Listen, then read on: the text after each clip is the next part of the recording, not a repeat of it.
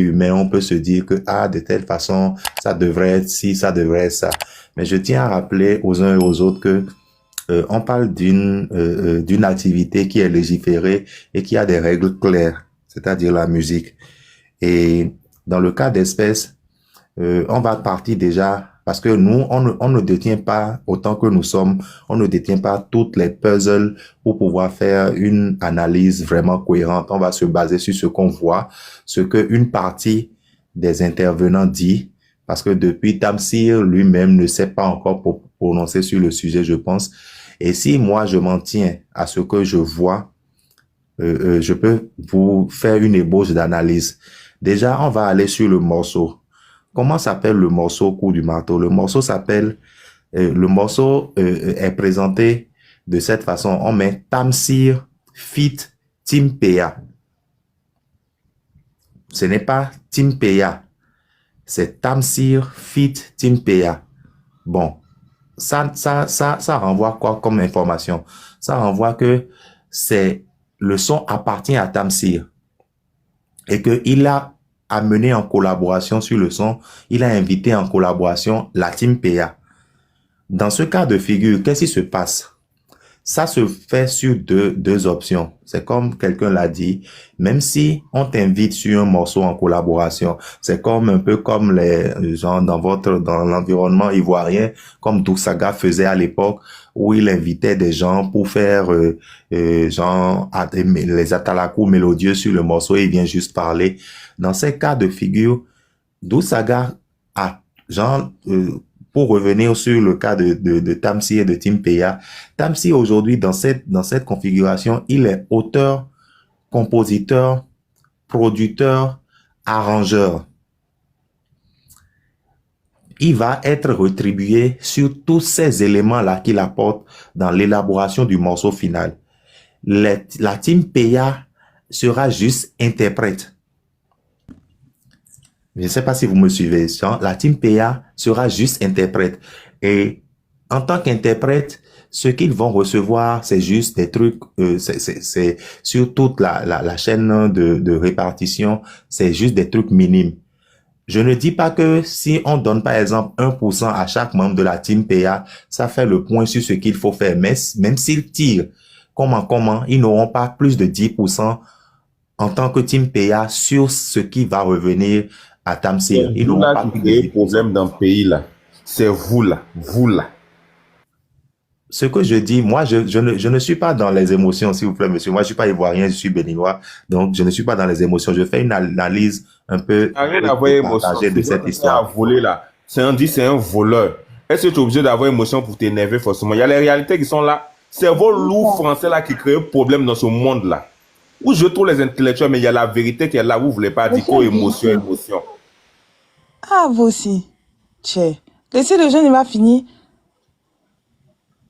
Monsieur, je ne sais pas je ne sais pas, c'est pas. Moi, je parle de quelque chose que je sais, d'accord, et que j'ai étudié. Donc, je ne suis pas dans les émotions ici. Je vous dis comment ça se passe.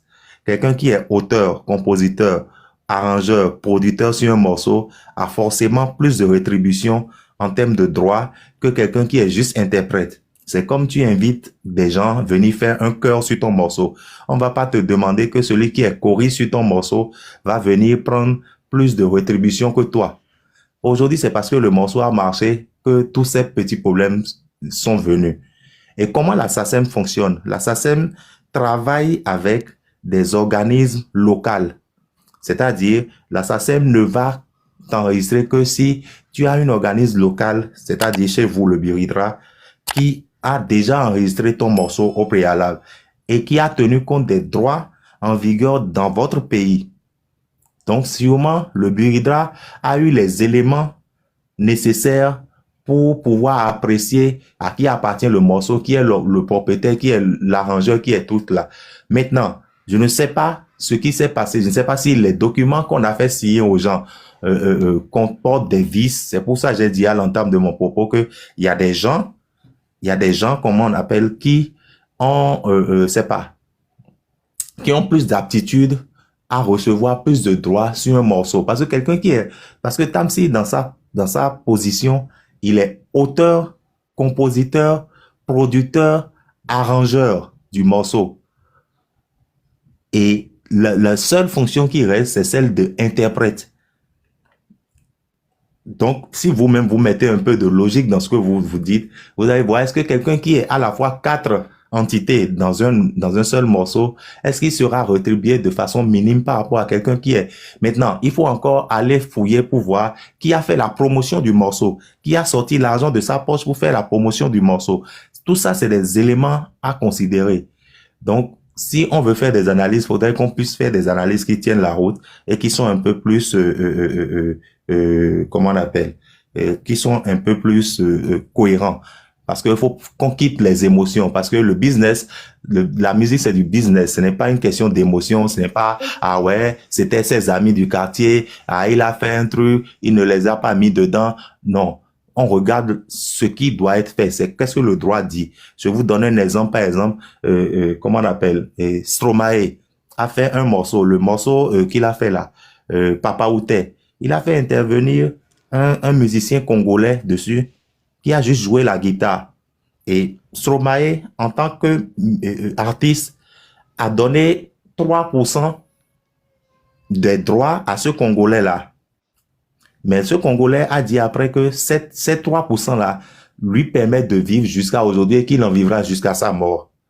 Et ça, c'est une décision de Stromae parce que l'auteur du morceau, celui à qui appartient le morceau, peut décider d'être généreux envers les parties prenantes de la composition de son morceau. Mais s'il veut s'en tenir juste à ce que la législation prévoit, ou bien s'il veut faire une répartition, il veut dire, bon, cette personne-là, je trouve que son apport dans le morceau, c'est pas trop important. Mon morceau aurait pris d'une manière ou d'une autre.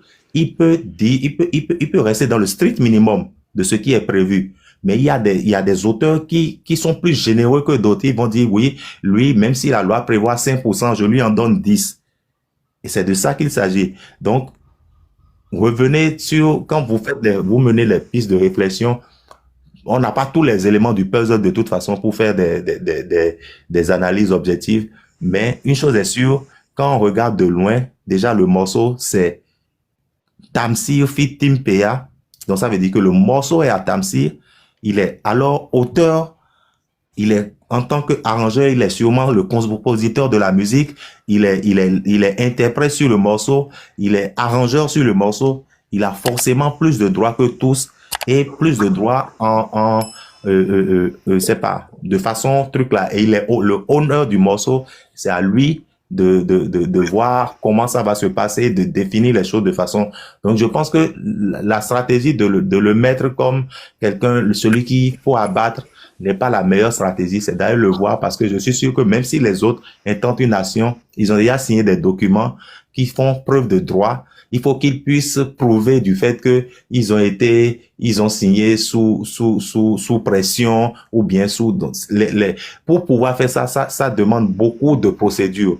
Ça demande un très grand nombre de procédures. Et ils partent même dans les balles dans les pieds parce que déjà le morceau ne leur appartient pas à la base. Si Tamsir faisait partie de la Team Peya et que le morceau s'appelait Team Peya, il y aura un autre débat. Mais là, c'est Tamsir fit Team Peya. Ok. C'est un peu ça. Merci, monsieur. Merci, monsieur.